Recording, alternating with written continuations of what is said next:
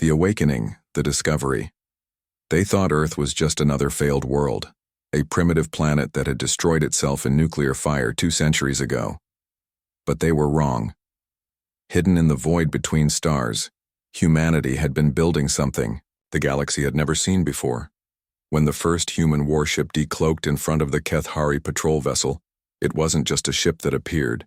It was the harbinger of an empire built in silence and forged in exile. Commander Elena Vasquez pressed her palm against the cool metal of the observation deck window, watching the distant stars that had once seemed so unreachable. The bridge of the reconnaissance vessel New Dawn hummed quietly around her, its crew of 30 working with the precise efficiency that had become humanity's trademark during their long exile.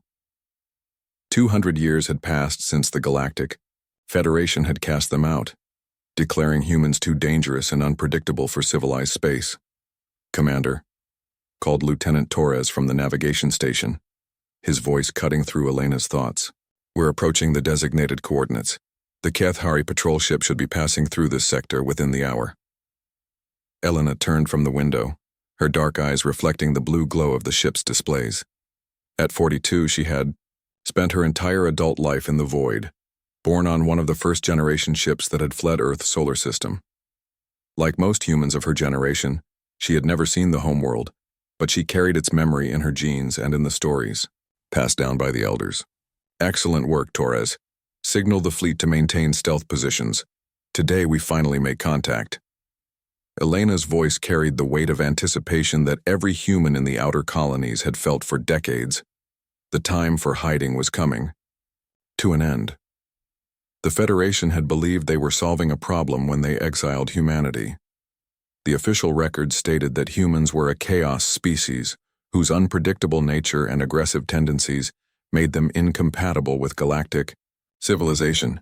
The final decision had come after what the Federation called the Terra Nova incident, when human terraforming technology had accidentally created a chain reaction that transformed a dead world into a paradise almost overnight. Dr. Sarah Kim, the New Dawn's chief science officer, approached Elena with a data pad in her hands. Her grandmother had been one of the original terraforming scientists whose work had frightened the Federation so badly.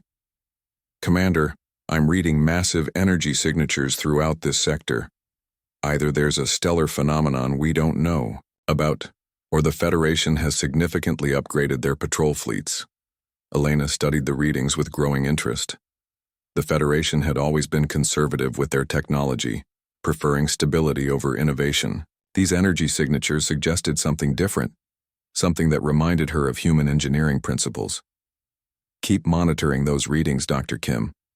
Something tells me we're not the only ones who've been busy during the exile." The alert klaxon sounded softly through the ship as the Kethari patrol vessel dropped out of hyperspace, exactly where their intelligence had predicted. The alien ship was sleek and elegant, built more for show than for real combat. Its crystalline hull reflected the light of nearby stars, making it look like a piece of jewelry floating in space. Captain Zektar of the Kethari patrol ship Bright Wing was conducting what he expected to be another routine sweep of the outer territories. The Kethari were one of the newer species to join the Federation, having been granted membership only 50 years earlier after proving their dedication to peaceful exploration and trade. Zektar himself was young by his species standards, with the blue-scaled skin and large eyes typical of his people. "Navigation Officer Kellum, report our position," Zektar requested as he settled into his command chair. The bridge of the Bright Wing was designed according to Federation standards with clean lines and soft lighting that promoted calm thinking. "Sir, we are in the Outer Rim Sector 77 Alpha. This region has been classified as empty space. Since the human exile," Kellum's voice carried the musical quality of the Kethari language, even when speaking Federation standard. Zektar nodded, reviewing the historical files on his personal display.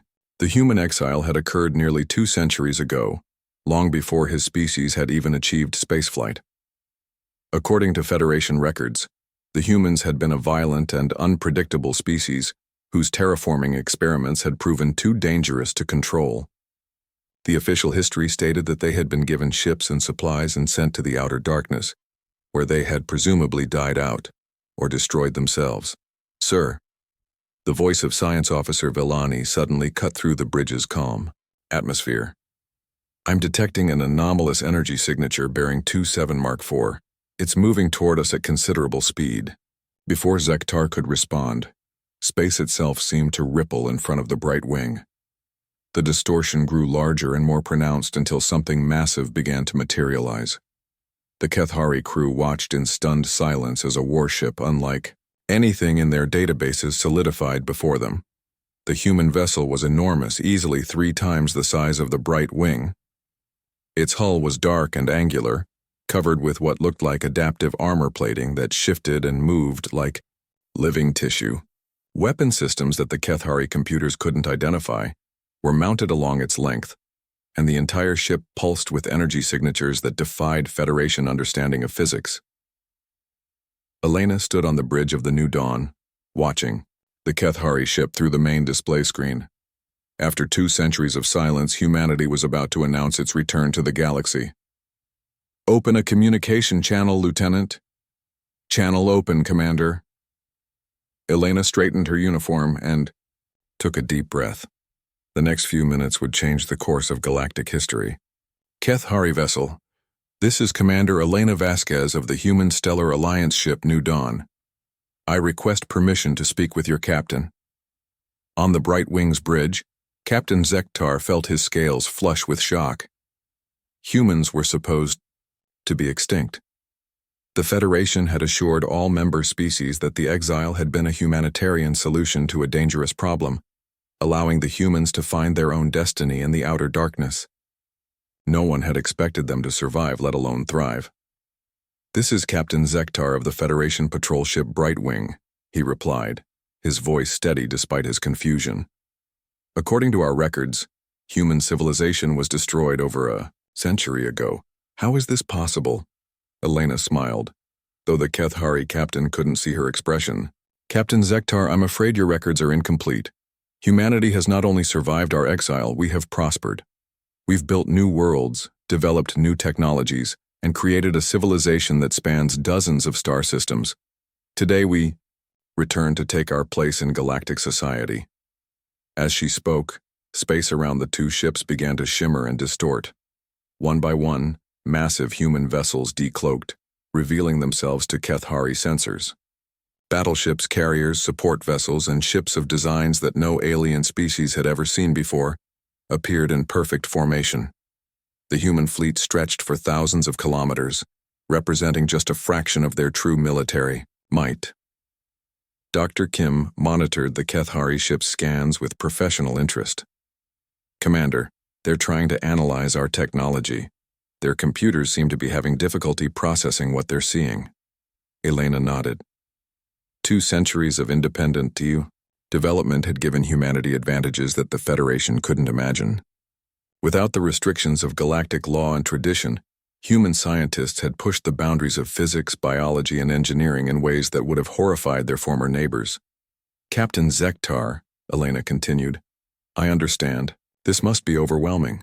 Your species joined the Federation after humanity's exile, so you've never encountered us before. But I want you to know that we bear no ill will toward the Kethari or toward most Federation species. Our quarrel is with those who decided that humanity was too dangerous to exist among civilized peoples. On the Brightwing, Science Officer Villani was frantically analyzing the sensor data streaming in from the human fleet. Captain, these ships are using technologies that our computers classify as impossible. Their power sources appear to be some form of controlled matter conversion. Their hull materials are showing properties of programmable matter, and their weapon systems. She paused, her voice dropping to a whisper. Sir, some of these ships are reading as small moons rather than vessels. Zektar felt a chill run through his scaled skin. The Federation had always prided itself on maintaining the most advanced technology in the galaxy. The idea that a supposedly extinct species had surpassed them by centuries was almost impossible to comprehend. Commander Vasquez, Zektar said carefully, what are your intentions? The Federation will need to be informed of humanity's survival. Elena's expression grew serious. That's exactly what we're counting on, Captain. We want you to carry a message back to the Federation Council. Tell them that humanity requests an audience. Tell them that we've spent 200 years proving that we deserve a place among the stars. And tell them that we're no longer the same species they cast out in fear." She paused, looking at the display showing the Keth-Hari ship dwarfed by the human fleet. "We've become something better." Admiral Sarah Cross stood in the command center of the flagship Retribution, watching dozens of displays showing human fleets across the galaxy.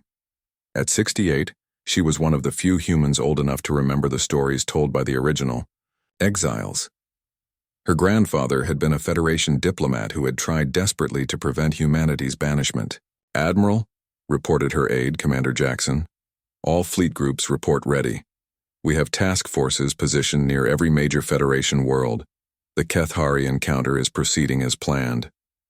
Sarah nodded, her gray eyes reflecting the weight of command. 2 centuries, Jackson. 2 centuries of preparation for this moment. Our ancestors would be proud to see what we've built in the darkness. The human civilization that had emerged from exile bore little resemblance to the species that had once begged for acceptance in Federation space. Necessity had driven innovation, and isolation had fostered unity. Without the luxury of safe, established trade routes, humans had learned to be completely self-sufficient. Without the protection of Federation law, they had learned to defend themselves with devastating efficiency. "Signal all fleets," Sarah commanded. "Operation Homecoming is now active. It's time to remind the galaxy what happens when you underestimate humanity." Back on the New Dawn, Elena watched as the Keth-Hari ship began to turn toward the nearest hyperspace jump point. Captain Zektar had agreed to carry their message to the Federation Council, though Elena could tell he was still struggling to process what he had witnessed. "Commander," Dr. Kim said from her station, "long-range sensors are detecting Federation communication networks activating across the galaxy. Word of our return is spreading faster than I expected." Elena smiled. The Federation's rapid communication network was one of their greatest achievements, allowing near-instantaneous contact across thousands of light years. Today, that same network would carry news that would shake the foundations of galactic civilization. "Let them talk," Elena said. "For 200 years they've lived in a galaxy where humanity was nothing but a cautionary tale.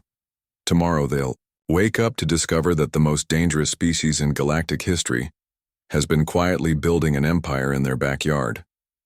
The New Dawn and her escort ships began to move toward the galactic core, following ancient hyperspace routes that humanity had once used as citizens of the Federation, but they were no longer the desperate refugees who had fled into exile. They were the advance guard of a civilization that had turned abandonment into strength and isolation into opportunity.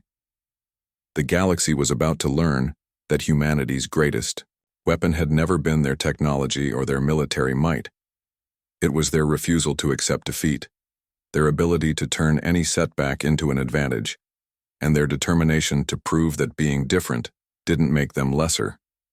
The exile was over. The reckoning was about to begin. The reckoning. The Emergency Council, the Galactic Federation Council chamber, had never seen such chaos in its 800-year history. Representatives from 47 species filled the massive amphitheater, their voices creating a cacophony of fear, anger, and disbelief that echoed off the crystalline walls.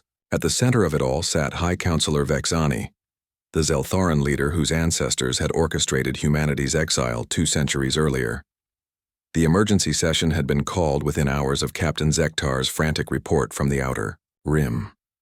Holographic displays throughout the chamber showed sensor readings, fleet positions, and intelligence reports that painted an impossible picture. Humanity, the species that was supposed to have died out in exile, had not only survived but had built a civilization that rivaled the Federation itself. "Order! I demand order!" Vexani's voice boomed through the chamber's amplification system. Her tall insectoid form commanded attention as she raised her forearms for silence. The Zeltharans had been the Federation's dominant species for centuries, their cold logic and administrative efficiency making them natural leaders. Counselor Thexam of the Crystalline Vorthak spoke first, his words creating harmonic tones that the chamber's computers translated into Federation standard. "High Counselor, we demand an explanation. How did our intelligence services fail to detect an entire human civilization for 2 centuries?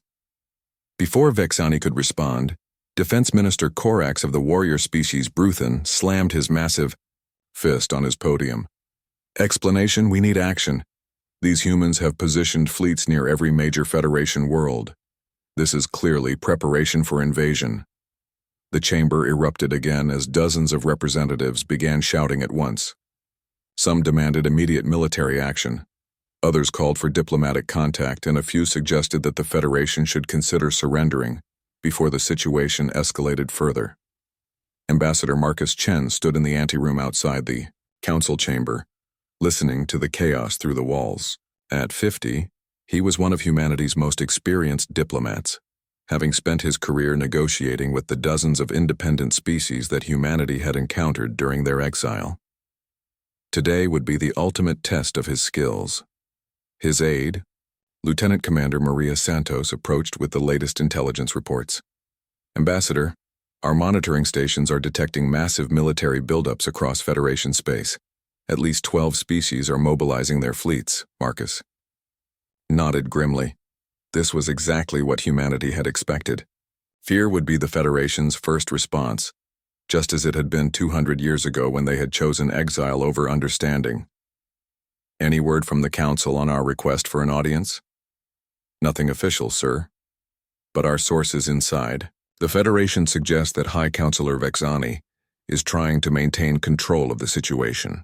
Several species are calling for her removal, claiming that the Zeltherans misled everyone about humanity's fate. The massive doors to the council chamber suddenly swung open, and a Zeltheran protocol officer approached Marcus with obvious nervousness. Ambassador Chen, the High Council has agreed to hear your statement. You have been granted safe passage and diplomatic immunity for the duration of these proceedings. Marcus straightened his formal diplomatic robes and checked the translation device that would allow him to speak to all 47 species simultaneously. Thank you. I trust the Council is prepared to listen with open minds? The protocol officer's antennae twitched with what Marcus recognized as skeptical amusement. Ambassador, I would prepare for a rather hostile reception. As Marcus entered the council chamber, the noise gradually died down. Every eye, sensor, and audio pickup focused on the human diplomat as he walked to the central speaking platform. Many of the younger representatives had never seen a human before. To them, humanity was nothing but a legend, a cautionary tale about the dangers of uncontrolled aggression and technological recklessness. High Counselor Vexiani studied the human with her compound eyes, noting his calm demeanor and confident posture. Her species had excellent memories, and she could recall the desperate pleas of human ambassadors 2 centuries earlier as they had begged for a chance to prove their worthiness. This human showed no signs of desperation. Human representative, Vexani began, her voice carrying the formal tones of diplomatic protocol. You stand before this council as a representative of a species that was lawfully exiled from Federation space for crimes against galactic peace and stability. Explain your presence here and the meaning of the military forces that now threaten our worlds. Marcus activated his translation device and spoke in clear, measured tones. Honorable Counselors, I am Ambassador Marcus Chen, representing the human, Stellar Alliance. I come not as a supplicant begging for readmission, but as the voice of a civilization that has spent 2 centuries proving its worth through actions rather than words. He gestured, and holographic displays materialized around the chamber, showing images of human colonies, space stations, and technological achievements. The Federation exiled humanity because you feared our unpredictability and our terraforming technology. You were right to fear our technology, but wrong about our nature. We are not the chaotic destroyers you believed us to be. We are builders, explorers, and protectors. Counselor Yathara of the aquatic Mercon species spoke from her water-filled chamber. You speak of building and protection, yet you arrive with a military force that could threaten every world in Federation space. How do you explain this contradiction? Marcus smiled, and his expression was broadcast to every representative in the chamber. Counselor Yathara, our fleets are not positioned to threaten you. They are positioned to protect you. For the past century, we have been secretly defending Federation. Worlds from threats that your military forces never even detected. The chamber fell silent. This was not what anyone had expected to hear. Marcus continued, his voice gaining strength. The Zarathi pirates who disappeared from the outer colonies 50 years ago, destroyed by human strike forces. The plague that threatened to wipe out the Kethari homeworld 30 years ago, cured by human medical technology, delivered anonymously through intermediaries. The asteroid storm that should have devastated the Vorthak crystal gardens 2 decades ago, redirected by human gravity manipulation technology. He paused, letting the implications sink in. We have been your silent guardians, protecting the galaxy that cast us out because we believed it was the right thing to do. Dr. James Wright materialized as a hologram beside Marcus, his image transmitted from the human research station orbiting a distant star. As humanity's leading scientist, his reputation had grown throughout the galaxy during the exile years, though few had realized he was human. Honorable counselors, Dr. Wright began, I want to address the terraforming incident that led to our exile. Yes, our technology was powerful and unpredictable, but we have spent 2 centuries perfecting it. We can now transform dead worlds into paradises with surgical precision or restore damaged ecosystems to perfect health. New holographic displays showed before and after images of dozens of worlds. Barren rocks transformed into garden planets, polluted industrial worlds restored to pristine condition, and dying suns rejuvenated to burn for millions of years longer. We offer this technology to the Federation freely, Dr. Wright continued. No payment required, no political strings attached. We simply want to help heal the galaxy. Defense Minister Korak stood up, his massive form towering over his colleagues. This is obviously a deception. No species gives away such valuable technology without expecting something in return. Marcus looked directly at the Bruthan warrior. Minister Korax, you're absolutely right. We do expect something in return. We expect to be treated as equals, not as subjects or prisoners. We expect our children to be able to visit the homeworlds of their ancestors without fear of imprisonment. We expect to be judged by our actions over the past 2 centuries, not by the fears and prejudices of the past. High Counselor Vexani felt the political ground shifting beneath her feet. The younger representatives were clearly impressed by the human presentations, and several species were beginning to murmur about the benefits of human technology. But admitting that the exile had been wrong would undermine centuries of Zeltharan leadership. Ambassador Chen, she said carefully, even if we accept your claims about protecting Federation worlds, you must understand that your return creates significant complications. The current galactic order has maintained peace for 2 centuries. Marcus nodded respectfully. High Counselor, I understand your concerns, but that peace was built on the exclusion of one of the galaxy's most innovative and determined species. We're not asking you to abandon the current order. We're asking you to improve it. He gestured again, and the displays changed to show economic projections, trade agreements, and scientific collaboration proposals. Human colonies produce resources that the Federation desperately needs. Our manufacturing capabilities could solve the economic problems that have been growing throughout Federation space. Our exploration fleets have mapped regions of the galaxy that remain unknown to Federation science. Counselor Kelthar of the Philosophical Wisdom Keepers spoke for the first time during the session. Ambassador, your words carry the weight of truth, but they also carry the burden of deception. You have hidden your civilization's growth from us for 2 centuries. How can we trust a species that has spent so long living in shadows? Marcus had been waiting for this question.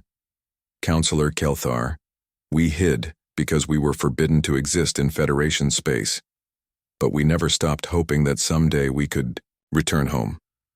Every human child learns about the worlds their grandparents walked on, the stations their families helped build, the species their ancestors called friends. He paused, his voice becoming more emotional. We hid because we had to, but we never stopped being the explorers and builders who once helped create this Federation. We simply learned to be those things on our own. The chamber was quiet now, the earlier chaos replaced by thoughtful consideration. Representatives were reviewing the evidence presented by the humans, comparing it with their own intelligence reports and historical records. Admiral Sarah Cross appeared as another holographic projection, her human fleet command uniform bearing decorations that many Federation military officers recognized from joint operations they had never known were joint operations. Honorable counselors, Admiral Cross began, I want to address the military concerns that have been raised. Yes, humanity has built a powerful military force. We had to. The galaxy beyond Federation space is not as peaceful as you might believe. There are threats out there that make the old Zarathi pirates look like minor annoyances.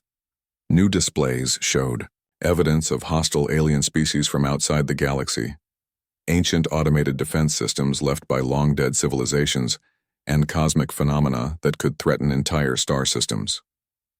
We've been fighting these threats for decades, keeping them from reaching Federation space. Our military isn't designed to conquer civilized worlds. It's designed to protect them from things that want to destroy all organic life. High Counselor, Vexani realized that she was facing a moment that would define her legacy and the future of the Federation. The evidence was overwhelming. Humanity had not only survived their exile, but had become exactly the kind of species the Federation needed. Admitting this would be politically costly, but denying it could be catastrophic. Ambassador Chen, she said finally, what exactly are you proposing? Marcus smiled. We propose a trial period, 1 year of formal cooperation between the human Stellar Alliance and the Galactic Federation.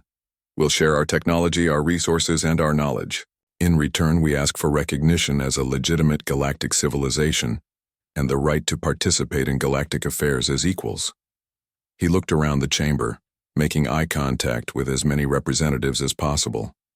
If, after 1 year, the Federation decides that humanity's participation has not benefited galactic civilization, we will withdraw to our own space and respect Federation borders. But if we prove our worth, we ask to be readmitted as full members with all the rights and responsibilities that entails. The debate that followed lasted for hours. Some species demanded immediate military action against the human fleets. Others argued for complete acceptance of the human proposal, but gradually a consensus began to emerge. Counselor Yathara was the first to formally support the human proposal. The Mercon delegation believes that humanity has already proven its worthiness through its actions. We support the trial period. One by one, other species added their support. The younger Federation members, those who had joined after humanity's exile, were particularly receptive. They had no historical prejudices to overcome and could see the obvious benefits of human participation. When the final vote was tallied, 31 species supported the trial period, 12 opposed it, and 4 abstained. It was not the overwhelming victory that Marcus had hoped for, but it was enough. High Counselor Vexani stood to make the formal announcement. By majority vote of this council, the Galactic Federation accepts the proposal for a 1-year trial period of cooperation with the Human Stellar Alliance. Formal negotiations will begin immediately to establish the terms of this agreement. As the council session ended and representatives began filing out of the chamber, Marcus felt a weight lift from his shoulders that he hadn't realized he'd been carrying. 200 years of exile were coming to an end. But as he prepared to leave the chamber, High Counselor Vexani approached him personally. Ambassador Chen, I want you to understand that this decision was not easy for many of us. Your species has a reputation for changing things. Marcus nodded respectfully. High Counselor, you're absolutely right. We do change things. But we've learned that the best changes are the ones that everyone benefits from. Give us a chance to prove that humanity's greatest strength isn't our ability to destroy, but our determination to build something better. As news of the vote spread throughout Federation space, reactions were mixed. Some worlds celebrated the return of humanity and the promise of new technology and opportunities. Others prepared for potential conflict, unsure what the future would bring. But in the human colonies scattered across the galaxy, there was only joy. Children who had grown up hearing stories about Earth and the Federation worlds finally had hope that they might someday walk on those legendary worlds themselves. Scientists who had spent their careers working in isolation looked forward to collaboration with Federation researchers. and leaders who had spent decades planning for this moment began the complex work of integrating two civilizations that had grown apart for 2 centuries. The exile was officially over. The real work of rebuilding trust and cooperation was just beginning.